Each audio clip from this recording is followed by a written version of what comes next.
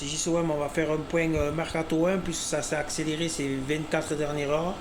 Donc après les signatures de Isaac Touré, de Mbamba et de Gigot, les deux recrues supplémentaires sont venues s'ajouter et deux prochaines pourraient s'ajouter dans les heures qui suivent. Donc on va commencer par ceux qui ont déjà signé.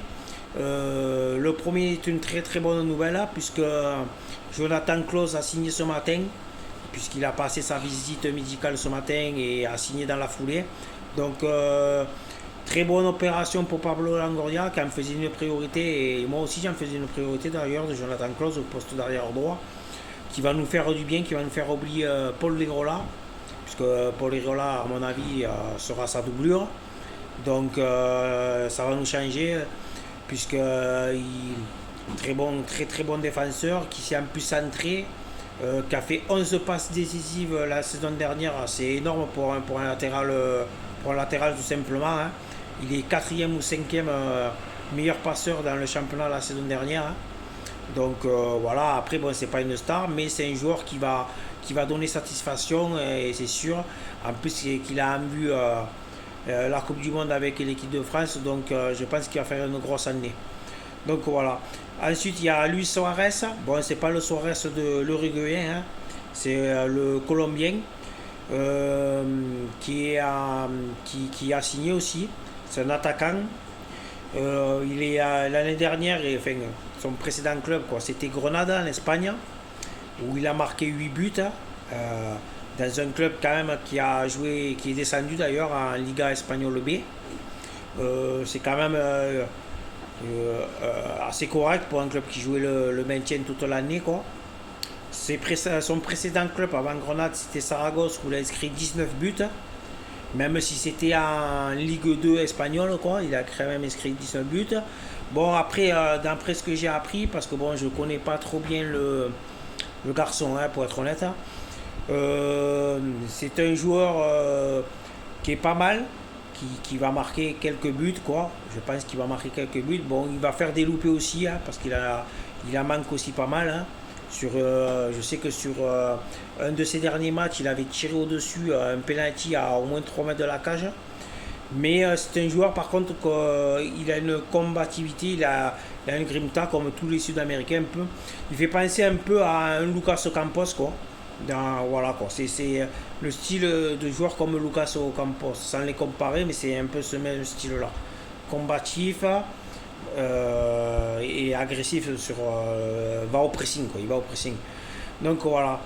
La troisième venue qui est imminente, c'est le gardien de but du Celta Vigo, Blanco, qui devrait être la doublure de Paul Lopez, qui devrait être en concurrence avec Paul Lopez. On l'a pris pour pallier le départ de Steve Mandanda à Rennes. Donc voilà. Et apparemment, selon les dernières infos, l'OM est très proche de boucler le transfert de Jordan Veretout pour remplacer Bouba Kamara en sentinelle, quoi, un milieu défensif devant la défense. Donc moi je trouve que ça serait un très bon choix, Jordan Veretout. Pourquoi? Je m'explique. Parce qu'il sort de 3 ans à la Roma, où il est un titulaire indiscutable, où il a l'habitude des gros matchs, notamment en Ligue des Champions et en Serie A.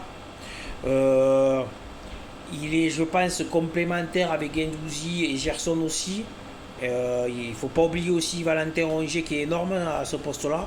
Donc je pense que ça va nous faire un milieu de terrain explosif, hein, les gars, explosifs. Je pense que là où il nous manquera à recruter, c'est du côté gauche, un latéral gauche bien sûr. On espère la venue tous de Nino Tavares, qui l'OM négocie toujours avec Arsenal pour le faire venir. Là on aurait quand même une défense assez un peu plus solide. On pourrait une défense à 3 avec, comme veut jouer Tudor, une défense à 3 avec Isaac Touré, Mbamba et Gigot.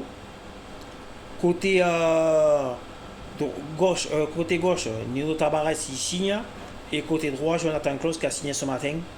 Donc ça donnerait quand même une défense assez solide, quoi. Après, si on peut, en fin de mercato, faire un coup avec William Saliba, faut pas hésiter. On sait ce qu'il nous a donné l'an dernier et on sait l'importance de William Saliba l'an dernier. Alors là, je vous dis pas, on aurait une défense encore plus top, hein. Donc voilà. Donc merci Pablo Longoria quand même, hein, qui se démerde tout seul, hein. C'est pas ma courte les gars, hein.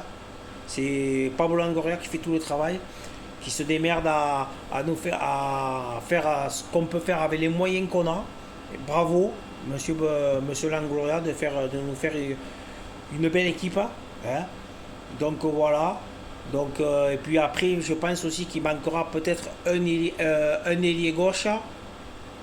À moins que Payet joue à gauche, mais on sait qu'il est meilleur dans l'axe. Ça pourrait être, béton, Aminarita. On sait toujours que l'OM veut le transférer définitif ou refaire un prêt pour pouvoir l'avoir.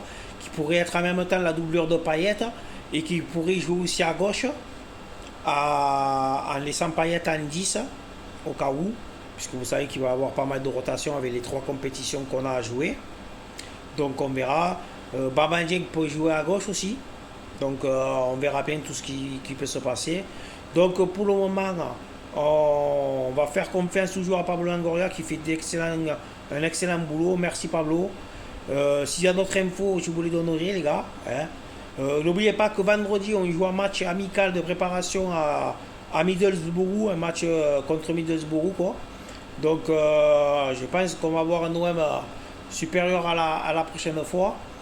Bon, même si je pense qu'il n'y aura pas encore toute l'équipe type, puisque Tudor fait tourner pour pouvoir justement voir ses choix qu'il alignera après, même si certains on sait qu'ils vont être titulaires forcément, hein. Donc voilà. Donc passez tous une bonne soirée les gars, portez-vous bien les gars, à la prochaine et allez l'OM. Allez, ciao ciao.